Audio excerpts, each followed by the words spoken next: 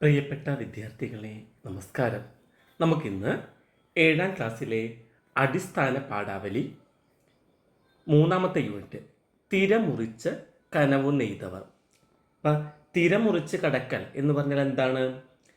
പ്രതിസന്ധികളെ മറികടക്കലാണ്, തരണം ചെയ്യലാണ്. അപ്പോൾ ജീവിതത്തിൽ നിരവധി പ്രശ്നങ്ങൾ ഉണ്ടായിരിക്കും. അതിനെ തരണം ചെയ്യുക, അതിജീവിക്കാനുള്ള കഴിവ് എല്ലാ മനുഷ്യർക്കും ഒരുപോലെ ആയിരിക്കില്ല. എല്ലാ ജീവജാലങ്ങൾക്കും ഈ പ്രതിസന്ധികളെ തരണം ചെയ്യാനുള്ള കഴിവുണ്ട്.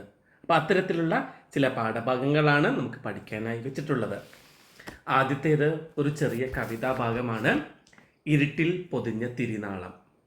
പുനലൂർ ബാലൻ എന്ന മലയാളത്തിലെ പ്രസിദ്ധനായ കവിയാണ് ഈ കവിത എഴുതിയത്. ഈ കവിതയിൽ പ്രതീക്ഷയുടെ പല ഭാവങ്ങളാണ് അവതരിപ്പിക്കുന്നത്. അപ്പം ഏത് കുരിരുട്ടിനെയും ഇല്ലാതാക്കാൻ ഒരു ചെറു തിരിനാളത്തിന് കഴിയും. എല്ലാ ഇരുട്ടിനെയും ഇല്ലാതെയാക്കാൻ ഒരു ചെറുതിരിനാളത്തിന്, ഒരു ചെറുതിരി പ്രകാശത്തിന് എല്ലാ ഇരുട്ടിനെയും, എല്ലാ കൂരിരുട്ടിനെയും ഇല്ലാതാക്കാനായിട്ട് കഴിയും.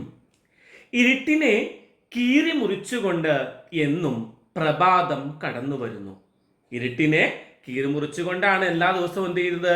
പ്രഭാതം കടന്നു വരുന്നത്. ഏത് പ്രതിസന്ധികളെയും തരണം ചെയ്യാൻ മനസ്സിൽ ഒരു പ്രതീക്ഷയുടെ ഇത്തിരി വെട്ടമുണ്ടായാൽ മാത്രം മതി. അപ്പം ഏത് പ്രതിസന്ധികളെയും തരണം ചെയ്യണമെങ്കിൽ നമ്മുടെ മനസ്സിൽ ഒരു പ്രതീക്ഷയുടെ ഇത്തിരി വെട്ടമുണ്ടായാൽ മാത്രം മതി. പ്രതീക്ഷയാണ് നമ്മളെ ജീവിക്കാനുള്ള വെളിച്ചം നൽകുന്നത്. നമുക്ക് ജീവിക്കാനുള്ള വെളിച്ചം നൽകുന്നത് ആരാണ്? പ്രതീക്ഷയാണ് ജീവിക്കാനുള്ള വെളിച്ചം നൽകുന്നത്. എല്ലാം നശിച്ചു പോയിട്ടില്ല, പോവുകയുമില്ല. ഒരിക്കലും എല്ലാം നശിച്ചൊന്നും പോവുകയില്ല, ഒരിക്കലും ഒന്നും നശിച്ചു പോവുകയില്ല എന്ന പ്രതീക്ഷ നമ്മുടെ മനസ്സിൽ സന്തോഷം കൊണ്ടുവരുന്നു. ആത്മവിശ്വാസം അതിജീവിക്കാനുള്ള കരുത്തു പകരും. അതിജീവിക്കാനുള്ള കരുത്തു പകരുന്ന ഒന്നാണ് ആത്മവിശ്വാസം. ആനന്ദം, വിശ്വാസം, പ്രതീക്ഷ എന്നീ ഭാവങ്ങളാണ് ഈ കവിതാ ഭാഗത്ത് കവി അവതരിപ്പിക്കുന്നത്. എന്തെല്ലാമാണ്? ആനന്ദം, വിശ്വാസം, പ്രതീക്ഷ എന്നീ ഭാവങ്ങൾ.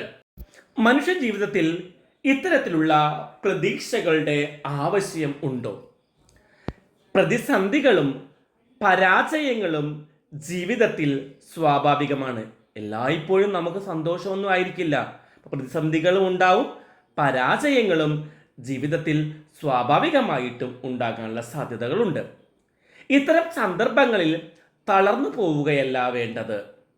ഇതിനെ തരണം ചെയ്യാൻ നമുക്ക് കഴിയണം. പ്രശ്നങ്ങളെ അതിജീവിക്കാനുള്ള കഴിവ് മനുഷ്യനുണ്ട്. പ്രതീക്ഷയാണ് നമ്മളെ മുന്നോട്ട് പോകാൻ പ്രേരിപ്പിക്കുന്നത്. എല്ലാ മനുഷ്യർക്കും പ്രശ്നങ്ങളെ അതിജീവിക്കാൻ അല്ലെങ്കിൽ തരണം ചെയ്യാനുള്ള കഴിവുണ്ട്. പ്രതീക്ഷകളാണ് നമ്മെ മുന്നോട്ട് പോകാൻ പ്രേരിപ്പിക്കുന്നത്. ഒരിക്കലും പ്രതീക്ഷ നാം കൈവെടിയരുത്. പ്രതീക്ഷ നഷ്ടപ്പെട്ടാൽ ജീവിതം ഇരുട്ട് നിറഞ്ഞതായി തീരും. ആത്മവിശ്വാസവും സന്തോഷവും കരുത്തും നമുക്ക് പകർന്നു നൽകുന്നത് പ്രതീക്ഷ തന്നെയാണ്. ആത്മവിശ്വാസം, സന്തോഷം, കരുത്ത് ഇവയെല്ലാം നമുക്ക് പകർന്നു നൽകുന്നത് പ്രതീക്ഷയാണ്. മലയാളത്തിലെ ശ്രദ്ധേയമായ പരിസ്ഥിതി കഥകളിലൊന്നാണ് അയ്മനം ജോണിൻ്റെ നാളത്തെ പൊന്മാൻ. ആറ്റിറമ്പ് എന്ന ഗ്രാമത്തിലെ ഒരു പരിസ്ഥിതി പ്രശ്നമാണ് ഈ ചെറുകഥയിൽ ചർച്ച ചെയ്യുന്നത്. കഥ ഒന്ന് നമുക്ക് നോക്കാം. ആ ഗ്രാമത്തിൻ്റെ പേര് ആറ്റിറമ്പ് എന്നായിരുന്നു. പൊന്മാനുകളുടെ നാട് എന്നൊരു ഖ്യാതി, ഒരു പ്രശസ്തിയും കൂടി ആ നാട്ടിലുണ്ടായിരുന്നു. നമ്മുടെ കഥാകാരൻ്റെ ഭാര്യ ലീല ടീച്ചർ ഒരു കണക്ക് ടീച്ചറാണ്. അവരുടെ കണക്കനുസരിച്ച് നോക്കുകയാണെങ്കിൽ 6 മരത്തിന് ഒരു പൊന്മാൻ എന്ന അനുപാതത്തിൽ ധാരാളം പൊന്മാനുകൾ ആ നാട്ടിലുണ്ടായിരുന്നു. ഈ പൊന്മാനുകൾ ആറ്റുതീരത്തെ മരച്ചില്ലകളിൽ പകലന്തിയോളം ആറ്റിലേക്ക് നോക്കിയിരിക്കുകയും വെള്ളത്തിൽ ചാടി മറിയുന്ന മീനുകളെ കണ്ടാൽ കൂട്ടുകാരെ വിളിച്ചുകൂട്ടി ശരവേഗത്തിൽ അവയെ കൊത്തിയെടുത്ത് പായുകയും ചെയ്യുന്നു. അപ്പൊ ആറ്റുതീരത്തെ മരച്ചില്ലകളിൽ രാത്രിയും പകലുമൊക്കെ എന്താണ് ഈ പൊന്മാനുകൾ ഈ പുഴയിലേക്ക് നോക്കിയിരിക്കുകയാണ്. എന്താണ്, ധാരാളം മീനുകൾ ആ പുഴയിലുണ്ട്. അപ്പൊ വെള്ളത്തിൽ ചാടിക്കളിക്കുന്ന മീനുകളെ കണ്ടാൽ കൂട്ടുകാരെ വിളിച്ചു കൂട്ടിയിട്ട് വളരെ വേഗത്തിൽ അവയെ കൊത്തിയെടുത്ത് ഈ പൊന്മാനുകൾ പറന്നു പോകും. വേനൽക്കാലം ആയതോടെ പുഴ ഒഴുക്ക് നിലച്ച് ഒരു അഴുക്ക് ചാലായി മാറി. വല്ലപ്പോഴുമാണ് പൊന്മാനുകൾക്ക് മീൻ കിട്ടിയത്. ഈ സമയത്താണ് നഗരത്തിൽ നിന്ന് പരദേശികളായ മീൻപിടുത്തക്കാർ ആറ്റിറമ്പിലേക്ക് എത്തുന്നത്. മലർത്തിയിട്ട ഓലക്കുടയുടെ ആകൃതിയുള്ള വള്ളങ്ങളിൽ പുലർച്ചയ്ക്ക് തന്നെ അവർ പുഴയിൽ നിരന്നു കഴിഞ്ഞിരുന്നു. അവർ ഒരു കൊട്ടവഞ്ചി എന്നൊക്കെ നമ്മൾ പറയും. ഒരു ഓലക്കുടയുടെ ആകൃതിയുള്ള വള്ളങ്ങളിൽ പുലർച്ചയ്ക്ക് തന്നെ പുഴയിലേക്ക് അവരെത്തി. തുടർന്ന് അവർ പുഴയിൽ വലയിടുകയാണ്. ധാരാളം സ്ത്രീകളും കുട്ടികളും ഒക്കെ ഉണ്ടായിരുന്നു ആ സംഘത്തിൽ. എന്തു മന്ത്രമോ മറിമായമോ എന്നറിയില്ല, അവർ പുഴയിലേക്ക് എറിഞ്ഞ വലകളിലെല്ലാം നിറയെ മീനുകൾ. നാണയങ്ങൾ വാരി വാരി കൂട്ടും പോലെ അവർ വലകളിൽ നിന്ന് വള്ളങ്ങളിലേക്ക് മീനുകളെ എറിഞ്ഞുകൊണ്ടിരുന്നു. സാധാരണക്കാരായ മീൻപിടുത്തക്കാർ വലയെറിഞ്ഞാൽ ഒന്നോ രണ്ടോ മീനൊക്കെ കിട്ടുകയുള്ളൂ. പക്ഷേ ഇവര് വലയെറിഞ്ഞപ്പോൾ ധാരാളം മീനുകൾ കിട്ടുന്നു. ഇവർ നാണയങ്ങൾ വാരിക്കൂട്ടുന്നത് പോലെയാണ് വലയിൽ നിന്ന് ഈ മീനുകളെ പിടിച്ച് വള്ളങ്ങളിലേക്ക് ഇട്ടത്. കുറച്ചു നേരം കൊണ്ട് ധാരാളം മത്സ്യം അവർക്ക് കിട്ടി. അങ്ങനെ മത്സ്യം പിടിച്ചു കഴിഞ്ഞ് അവർ അവിടെ നിന്ന് പോകുന്നു. അവരുടെ മീൻപിടുത്തം കാണാൻ ധാരാളം ആളുകൾ എത്തിയിരുന്നു. അവർ പോയതിനു ശേഷമാണ് നാട്ടിലെ മീൻപിടുത്തക്കാരായിട്ടുള്ള വാറുണ്ണിച്ചേട്ടനും ഗോപിയും പ്രകാശനുമെല്ലാം വലയിടാനായിട്ട് പുഴയിലേക്ക് എത്തി. ആരെല്ലാമാണ്? വാറുണ്ണിച്ചേട്ടൻ, ഗോപി, പ്രകാശൻ. ഈ പരദേശികൾ വന്ന് മുഴുവൻ മീൻ പിടിച്ചു കൊണ്ടുപോയ കാര്യം ഞങ്ങൾ അവരോട് പറഞ്ഞു. അവർ പെട്ടെന്ന് ക്ഷുഭിതരായി. കൊള്ളാം, അതുങ്ങൾ വന്ന് ആറ്റെല്ലാം വിഷം കലക്കിയിട്ട് പോയത് നിങ്ങളെല്ലാം ഒന്ന് മിണ്ടാതെ നോക്കി നിന്നു അല്ലേ? അപ്പൊ അവരെന്താണ് പറഞ്ഞത്? കൊള്ളാം, അതുങ്ങൾ വന്ന് ആറ്റിലെല്ലാം വിഷം കലക്കിയിട്ട് പോയത് നിങ്ങളെല്ലാം ഒന്ന് മിണ്ടാതെ നോക്കി നിന്നു അല്ലേ? എന്തൊക്കെ അവര് ഈ നോക്കിയിരുന്ന നാട്ടുകാരെ ചീത്ത പറഞ്ഞിട്ട് അവര് ആറ്റിലേക്ക് വലയെറിഞ്ഞു. ഒരൊറ്റ മീൻ പോലും അവർക്ക് കിട്ടിയില്ല. ഒരു മത്സ്യത്തെ പോലും അവർക്ക് ലഭിച്ചില്ല. അവർ വെറും കൈയോടെ വലയുമായി അവരുടെ വീടുകളിലേക്ക് പോയി. ഓ, നല്ല മര്യാദക്കാര്, ആരും കാണാനില്ലെങ്കിൽ ഇവന്മാരും നഞ്ചു കലക്കി തന്നെയല്ലേ മീൻപിടുത്തം എന്ന് ആരോ പിറുപിറുത്തു. അല്ലാതെ ആരും അവരോട് സഹതപിക്കാനൊന്നും പോയില്ല. ഇവന്മാരും വിഷവും നഞ്ച കലക്കി തന്നെയാണ് മീൻപിടുത്തം, ആരും കണ്ടില്ലെങ്കിൽ എന്ന് ആരോ പിറുപിറുക്കുന്നുണ്ടായിരുന്നു. അങ്ങനെ സന്ധ്യയായതും ആറ്റുതീരത്തെമ്പാടും പൊന്മാനുകൾ പതിവില്ലാതെ ഉച്ചത്തിൽ ചിലക്കാൻ തുടങ്ങി. അപ്പൊ സന്ധ്യയായതോടെ ഇതുവരെ ഇല്ലാത്ത ഒരു കരച്ചില്, പൊന്മാനുകൾ ധാരാളമായി കരയാൻ തുടങ്ങി.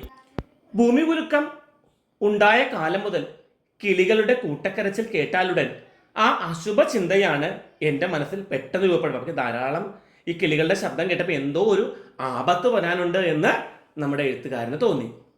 എന്താ, കിളികളെല്ലാം കരയുന്നുണ്ടല്ലോ, പിന്നെയും വല്ല ഭൂകമ്പവും മറ്റോ ഉണ്ടാകാൻ പോവുകയാണോ എന്ന് ഞാൻ ലീലയോടായി ചോദിച്ചു. ഭാര്യയോട് ചോദിക്കുകയാണ്, ഇനി കിളികളെല്ലാം കരയുന്നുണ്ടല്ലോ, വല്ല ഭൂകമ്പവും ഉണ്ടാകാൻ പോവുകയാണോ?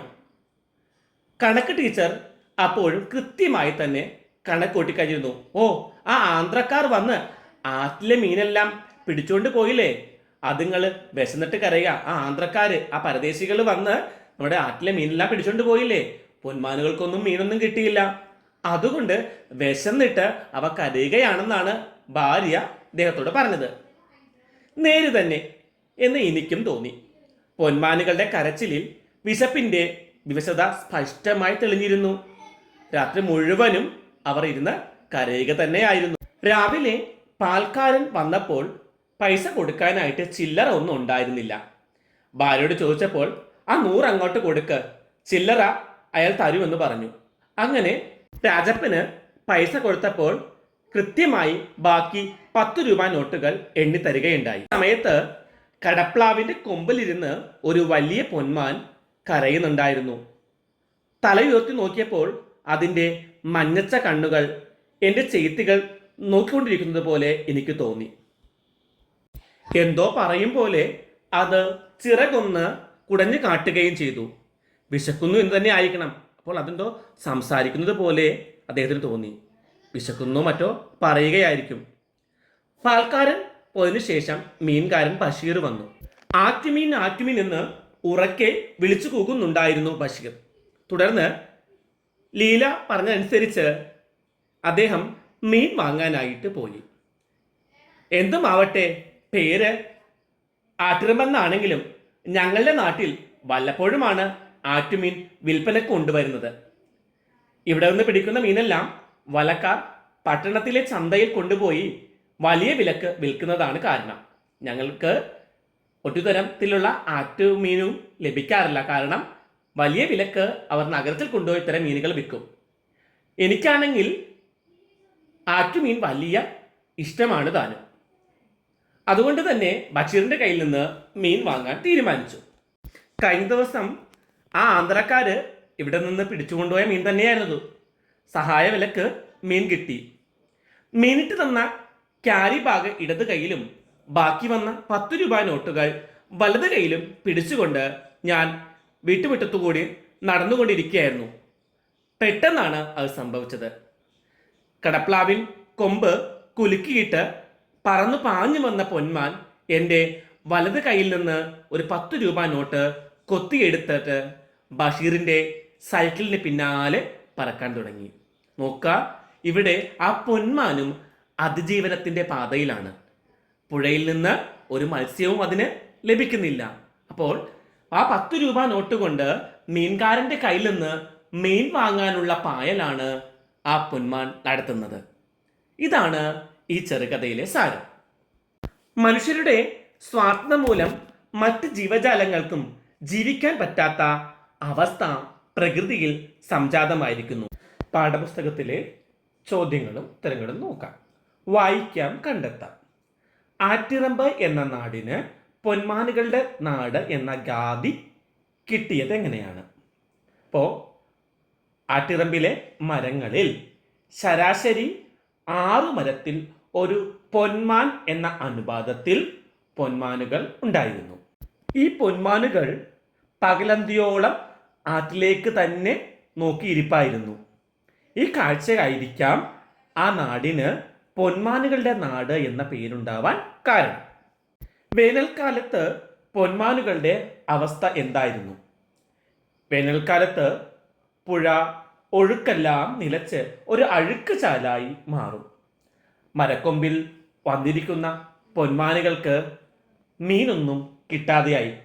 പൊന്മാനുകൾ ദുഃഖിതരാണ്, മൂകരും. മീനിളക്കങ്ങൾ നോക്കി നോക്കി ഇരുന്ന് കണ്ണ് കഴച്ച് ഉറക്കം തൂങ്ങിയിട്ടെന്ന പോലെ കുനിഞ്ഞുകൂടി ഇരിക്കുന്ന അവക്ക് വല്ലപ്പോഴുമാണ് ഒരു മീനിനെ വാക്കിന് കിട്ടുന്നത്. നാട്ടുകാരായ മീൻപിടുത്തക്കാർ ക്ഷുഭിതരായി സംസാരിക്കാനുള്ള കാരണം എന്താണ്? പരദേശികൾ വന്ന് പുഴയിൽ നഞ്ച് കലക്കി മീനെല്ലാം പിടിച്ചുകൊണ്ട് പോയി എന്ന വിവരം അറിഞ്ഞപ്പോഴാണ് നാട്ടുകാരായ മീൻപിടുത്തക്കാർ ക്ഷുഭിതരായി സംസാരിച്ചത്. പത്രാധിപർക്കുള്ള കത്ത്. പൊന്മാനുകളെ പട്ടിണിയിലേക്ക് നയിച്ച പരിസ്ഥിതി പ്രശ്നങ്ങളുടെ കാരണങ്ങൾ പൊതുജനശ്രദ്ധയിൽ കൊണ്ടുവരുന്നതിനായി പത്രാധിപർക്ക് ഒരു കത്തെഴുതാം. കത്തിൻ്റെ മാതൃക തരാം കേട്ടോ. പ്രേഷിതൻ ഷോയ് ബിഷാൻ, പൂക്കൈത, ആറ്റിറമ്പ്, കോട്ടയം. ഇത് കത്തെഴുതുന്ന ആളാണ് പ്രേഷിതൻ. ഇനി സ്വീകർത്താവ് പത്രാധിപർ, മലയാള മനോരമ, കോട്ടയം. അപ്പോൾ ആർക്കാണോ കത്തെഴുതുന്നത് അദ്ദേഹമാണ് സ്വീകർത്താവ്. അപ്പോൾ സ്വീകർത്താവിൻ്റെ അഡ്രസ്. ഇനി സർ, വിഷയം പുഴ മലിനീകരണം. ആറ്റിറമ്പ് എന്ന കൊച്ചു ഗ്രാമത്തിലാണ് ഞാൻ താമസിക്കുന്നത്. ഈ നാടിന് പൊന്മാനുകളുടെ നാട് എന്ന പ്രശസ്തിയുണ്ട്. പുഴയിൽ നിന്ന് പക്ഷികൾക്കും മനുഷ്യർക്കും ധാരാളം ആറ്റുമത്സ്യം ലഭിച്ചിരുന്നു. ഇപ്പോൾ പരദേശികൾ വന്ന് പുഴയിൽ നഞ്ചു കലക്കി മീൻ പിടിക്കുന്നതിനാൽ നാട്ടുകാർക്കും പക്ഷികൾക്കും മീൻ കിട്ടാതെയായി. നഞ്ച് കലക്കിയതിനാൽ പുഴ മലിനമാകുന്നു. ധാരാളം മത്സ്യങ്ങൾ ചത്തുപൊങ്ങി.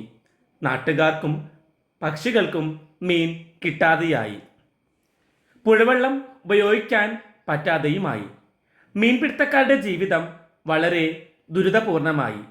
ഈ പ്രശ്നം പത്രത്തിലൂടെ അധികാരികളുടെ ശ്രദ്ധയിൽപ്പെടുത്തി വളരെ വേഗത്തിൽ പരിഹാരം കാണണമെന്ന് അഭ്യർത്ഥിക്കുന്നു എന്ന് വിശ്വസ്തയോടെ ഒപ്പ് ഷോയ്ബിഷ. ആറ്റിറമ്പ് 1/1/2025. ഇപ്പോൾ നമ്മളൊരു കത്ത് എഴുതുമ്പോൾ സ്ഥലവും തീയതിയും ഒക്കെ വെക്കണം. അപ്പോൾ അടുത്ത ചോദ്യം ഒരു ഇമെയിൽ എങ്ങനെ തയ്യാറാക്കാമെന്നാണ്. നിങ്ങളുടെ നാട്ടിലെ ഒരു സാമൂഹിക പ്രശ്നം പരിഹരിക്കുന്നതിനായി അധികാരികൾക്ക് അയക്കുന്ന ഒരു ഇമെയിൽ തയ്യാറാക്കുക. നമുക്ക് ഒരു ഇമെയിൽ തയ്യാറാക്കാം. കാട്ടുതീ എന്ന വിഷയമാണ് ഞാൻ ഇമെയിൽ തയ്യാറാക്കുന്നതിന് വേണ്ടി എടുത്തിട്ടുള്ളത്. അതിൻ്റെ മാതൃക നോക്കാം. അയക്കുന്നത് പോലെ തന്നെ ഇമെയിലിനും ഫ്രം ടു ഒക്കെ വേണം. ഫ്രം എന്ന് പറയുന്നത് ആരാണ് എഴുതുന്ന അയാളുടെ ഇമെയിൽ അഡ്രസ്സാണ് കൊടുക്കേണ്ടത്. ടു നമ്മൾ ആർക്കാണോ എഴുതുന്ന അയാളുടെ അഡ്രസ്സ്. വിഷയം കാട്ടുതീ തടയലാണ്. ഞങ്ങളുടെ നാട് വനമേഖലയിലാണ്. ഈ അടുത്ത കാലം വരെ വന്യമൃഗങ്ങളുടെ ആക്രമണമൊന്നും ഉണ്ടായിരുന്നില്ല. നാട്ടുകാർ വേട്ടക്കായി വനത്തിലേക്ക് പോയി തുടങ്ങിയത് മുതൽ പ്രശ്നങ്ങൾ ആരംഭിച്ചു. പലപ്പോഴും അവർ കാട്ടിൽ തീയിട്ടു. ഇതോടെ വന്യമൃഗങ്ങൾ ഗ്രാമത്തിലേക്ക് കൂട്ടമായി എത്താൻ തുടങ്ങി. പുറമെ നിന്നുള്ളവർ വനമേഖലയിൽ പ്രവേശിച്ച് കാടിന് തീയിടുന്നതും വന്യമൃഗങ്ങളെ വേട്ടയാടുന്നതും തടയുന്നതിനാവശ്യമായ നടപടികൾ സ്വീകരിക്കണം എന്ന് വിശ്വസ്തയോടെ. ഇമെയിൽ എഴുതുമ്പോൾ എപ്പോഴും വളരെ ചുരുക്കി പറഞ്ഞാൽ മതി. വലിച്ചു വാരി കാര്യങ്ങൾ പറയേണ്ടതില്ല. പ്രയോഗ സവിശേഷത കണ്ടെത്താം. ഏറി ഒറ്റക്ക്. ഇപ്പം പദങ്ങൾ ആവർത്തിച്ച് വരുമ്പോൾ അർത്ഥത്തിന് ഭാവത്തിന് കൂടുതൽ ഊന്നൽ കൊടുക്കുകയാണ്. സവിശേഷ സന്ദർഭത്തിൻ്റെ പ്രത്യേകത കൂടുതൽ മനസ്സിൽ പതിയാൻ ഇതുമൂലം സാധിക്കുന്നു. പിന്നെ കൂടുതൽ ഉദാഹരണങ്ങൾ നോക്കുമ്പോൾ നടന്ന്, കയറി, പറന്ന് ഇതൊക്കെ നമുക്ക് ഇതിൽ പറയാവുന്നതാണ്. പ്രയോഗ വ്യത്യാസം തിരിച്ചറിയാം. അവർ വന്ന വഴിയെ പട്ടണത്തിൻ്റെ ദിശയിലേക്ക് തന്നെ വള്ളങ്ങൾ അതിവേഗം തുഴഞ്ഞുപോയി. കുട്ടിയുടെ കളിപ്പാട്ടം പുഴവെള്ളത്തിലേക്ക് വീണുപോയി. പോയി എന്ന പദത്തിന് ഇവിടെ ഒരേ അർത്ഥമാണോ ഉള്ളത്? എന്തു മാറ്റമാണ് ഉണ്ടായത്? ഇത്തരത്തിലുള്ള കൂടുതൽ പ്രയോഗങ്ങൾ കണ്ടെത്തുക. ഇപ്പം ആദ്യത്തെ വാക്യത്തിൽ പോയി എന്നത് പൂർണ്ണക്രിയയാണ്. പട്ടണത്തിലേക്ക് അവർ വള്ളങ്ങൾ തുഴഞ്ഞു പോയി, പൂർണ്ണക്രിയയാണ്.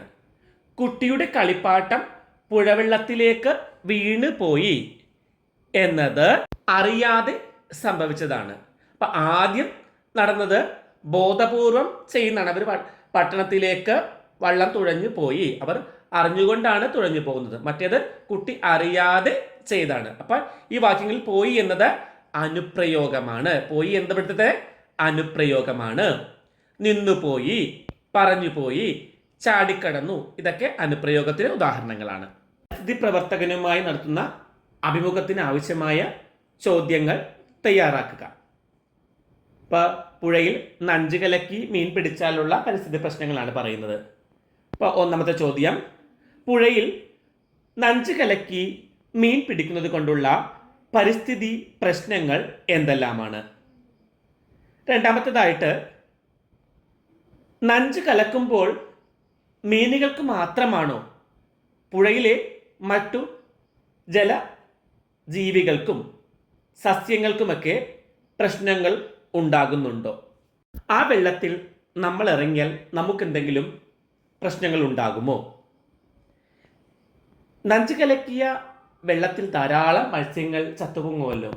നഞ്ച് കലക്കുമ്പോൾ മത്സ്യം കഴിച്ചാൽ നമുക്ക് ആരോഗ്യ പ്രശ്നങ്ങൾ വല്ലതും ഉണ്ടാകുമോ? ഇത്തരത്തിലുള്ള ചോദ്യങ്ങളാണ് ചോദിക്കേണ്ടത്.